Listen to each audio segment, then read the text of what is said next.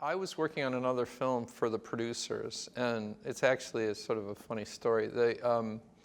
We were finishing that film, and I got a message. The producers want to talk to you. And I believe I said, "Am I in trouble?" You know what I mean? Like, will I get fired or whatever? And they said, "No, you're not in trouble, John. But we want to ask you a question." I said, "Well, shoot." And they said, "We're wondering if you're interested in this next movie we're preparing." And I said, "Well, what is it?" And they said, "It's the sequel to Blade Runner, directed by Denis Villeneuve." And I'm afraid, I don't know if I can say this on camera, I'm afraid I said, "Are you bleeping kidding me?" You know what I mean? Because that's sort of like the holy grail for someone who does what I do, or a science fiction fan, of which I'm proud to be both, right? And so I met Denis and we hit it off. I showed him a picture I took, I believe, of soccer players in fog in Venice, California, near where I live.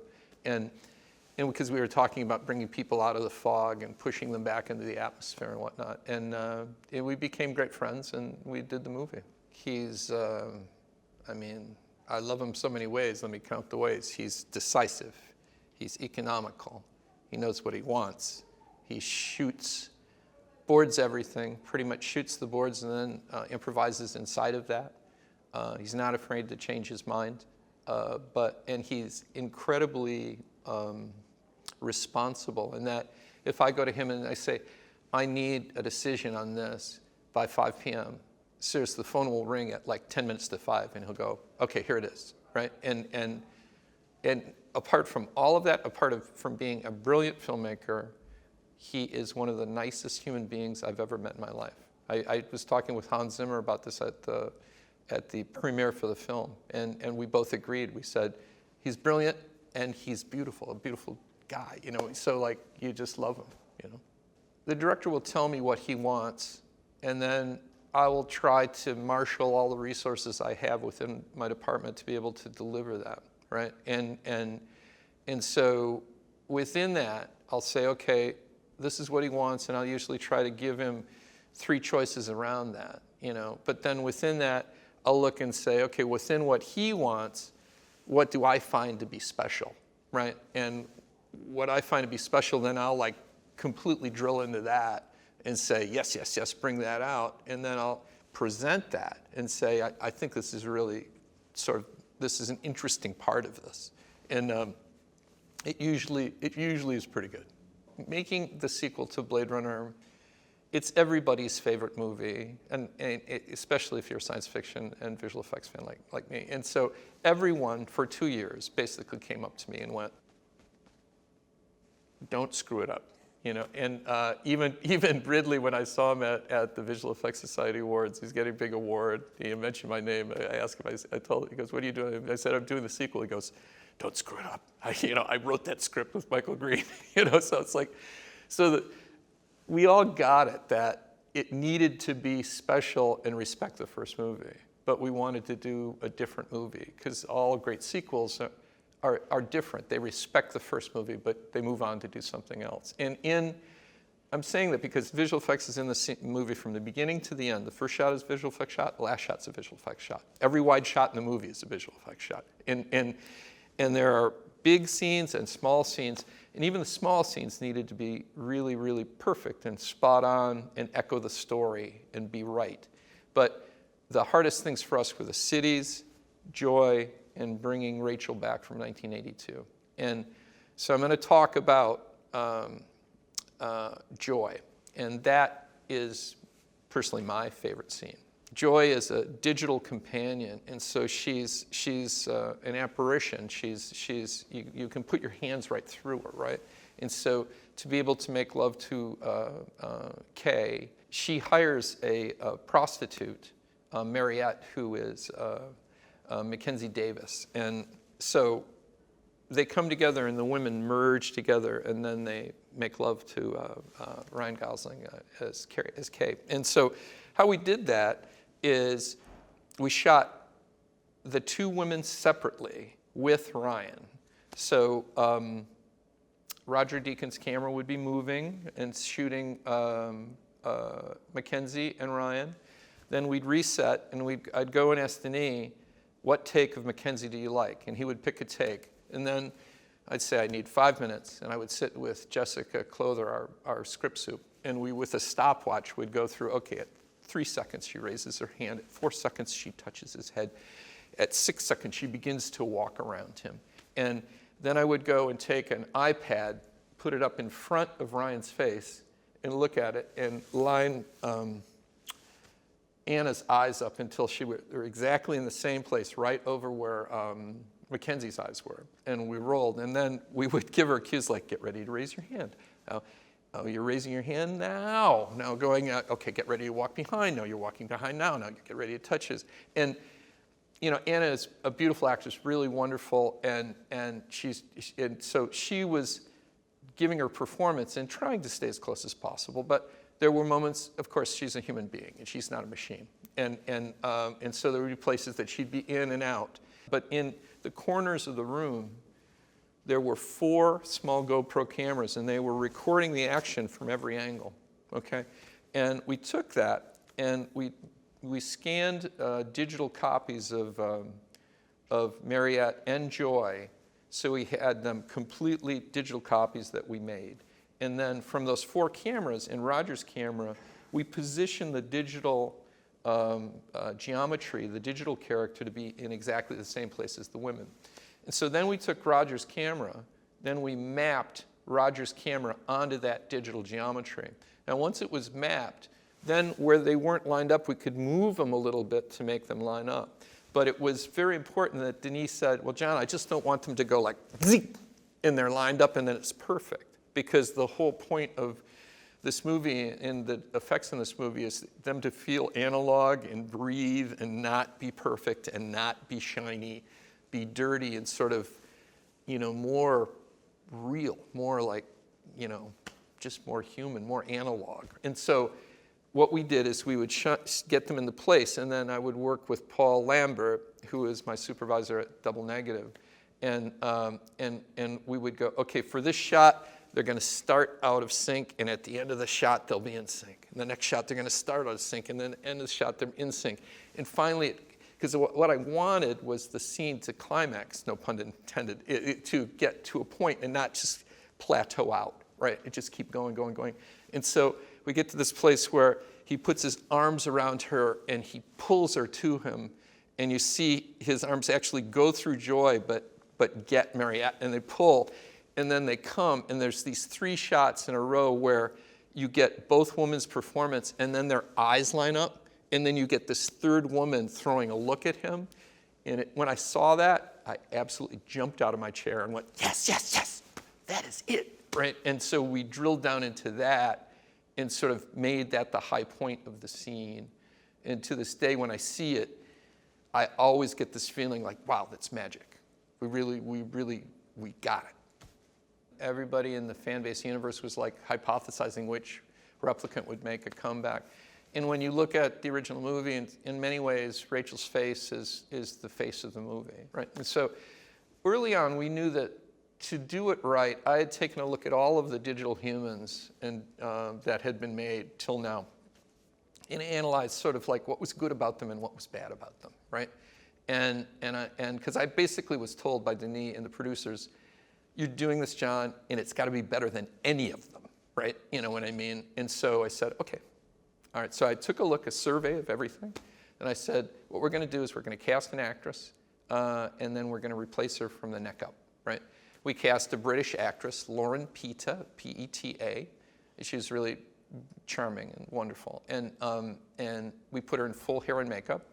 Had her on the day there with Harrison performing the scene, and Sean, we flew Sean in to Budapest on a super secret, super secret. She comes in because, she comes to the studio, and so she spent the day with us on set advising Denis, and Lauren, saying, okay, well, this is how I would do it, right? And so then we went in and we shot Lauren in full hair and makeup with Harrison, and then we tracked, again, our digital surrogate of Rachel. We modeled a Rachel head by basically scanning Sean and scanning Lauren. We had a life cast of Sean when she was about 28 that we also digitized. We built the skeleton, because your skeleton never changes, your skin around it does. Then we built the muscles underneath.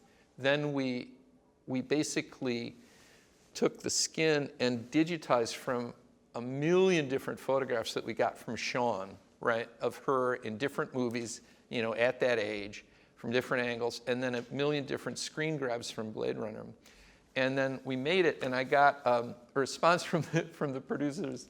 They said, well, it looks like a girl that really looks like Sean Young, but it's not Sean yet, right? And so I went back, and I said to myself, and I asked my wife and my producer, Karen Murphy, and all the women on the set, I said, well, tell me about 80s makeup, you know what I mean? And they told me a lot, because women have this intimate relationship with makeup. Guys don't understand. It's just magic to them, right? You know what I mean? And unless you're a makeup guy, then you know it, right? And so I learned a lot about, the 80s design, 80s brows. And then she had this particular bee sting lipstick that's from the 40s that was really important. So I worked on the corner of her mouth, and I went back and worked on her eyes, because Sean is uniquely beautiful in that she's not like a beauty pageant person. And I think it's because her eyes stick out of her face like more than a normal person, where beauty pageants are sort of like perfect and pushed back and everything's perfect. Her eyes actually stick out, which makes her even more beautiful, right? And so I made those adjustments with makeup, eyes, and lipstick, and corner of the mouth on the bee sting. And then I went back with Richard Clegg, the supervisor at Motion Picture Company, MPC, who did the work. And we chose 3 scenes from the original Blade Runner, and we replaced one shot in each scene. And then we redid it with all these changes. And we showed it to the producers and the director, and without telling them anything, and they said, well, why are we seeing this? And I said, you're seeing it because one of those shots in each of those scenes is the digital double. And they looked at me and said, you should have told us. And I said, well, isn't that the point, right? And at that point, we knew that we had gotten her to look exactly right, because, Roger Deakins' lighting is different than Jordan Cronenworth's lighting, who was the original DP. So we had matched Jordan's lighting and reproduced it. We knew we were in the thing. We knew we made it look the same, but now we needed to make her act. And to make her act, that's one thing to make a digital human look right. It's another thing to make them perform right. And it's all about the eyes and the facial muscles and sort of like the pauses and how they talk, right? And so what we did then is we went back into Blade Runner again. When she first comes out, we really needed to match the scene where Deckard meets Rachel, where he goes, is that all artificial? And she goes, yes. And he goes, was it expensive? And she goes, very. She has this air of confidence. So she walks up confident. Then when their eyes connect, Denis goes, it's like 2 people who haven't seen each other, and they meet at a train station and they're in love, and they meet at a train station after 30 years, and I want the emotion to just, because they can't control it, it just pours out. So she walks up confident, then she goes into longing, then he rejects her because her eyes were green, right? And then she goes into rejection, right? And what we did is we went back into the original Blade Runner, found moments of confidence, moments of longing, moments of rejection. We reverse engineered those back into our performance, and we also went with facial motion capture and captured both Lauren Pita, the digital, the stand-in, and also Sean is a facial motion capture. And we ended up using all of it, but mostly the animators at MPC, God bless them, they mostly animated it. But they used the performance from the facial motion capture as a reference of how Sean's face really works and how skin really stretches from Lauren, because she's more age appropriate for that. But then really the big thing was we cued back into Sean as Rachel, not Sean in Dune or not Sean in No Way Out. We went back to her as Rachel in that character and tried to find those moments and reverse engineered it in. And then we did little tells, I think, that were really important, like She's 20 years old, so we actually went into her skin and just added a little blemishes, you know what I mean? So it's like imperfect. Again, keeping with the Denis analog, this world has to be imperfect, it can't be perfect, right? And then we even put flyaway hairs in her. All the hair is a digital hair groom. So we put in flyaway hairs, so in Roger's light, which was constantly rotating, which made it even harder, when it would hit backlight, it would hit these flyaway hairs, and you go, oh, of course it's real, because only real people would have flyaway hairs, and that's how we did it. Every artist, I think, goes into a thing where you take all of your training, all of your instincts, and all of your genetics. You know, like if you're a good visualist, you're a good visualist. If you're good at math, you're good at math, whatever, right? And if you have a good aesthetic, you have a good aesthetic. It all comes together, and you push towards a creative goal. And this sounds crazy, but you may not even know exactly where that goal is, but you have a really good idea that it's going to be really right? Like we know this is right, and we just have to go in that direction until we really drill into the details and find it.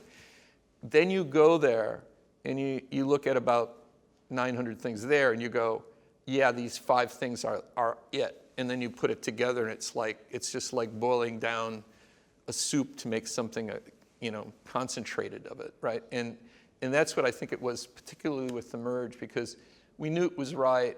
We knew that what we were doing was right, but we had to balance it to get it right. And so you sort of, I think as a creative person, you go there and you move in the direction that you think will be good, and then once you get there, you find it, and then that's the moment you're searching for and hoping for, and when you find it, it's just like, wow, because I look at shots, my crew knows this about me, I look at shots like 100 times in a row, right? And then the next shot 100 times, and so now, and my wife is fun, she goes, why are you looking at that again? You've seen it like 9 million times.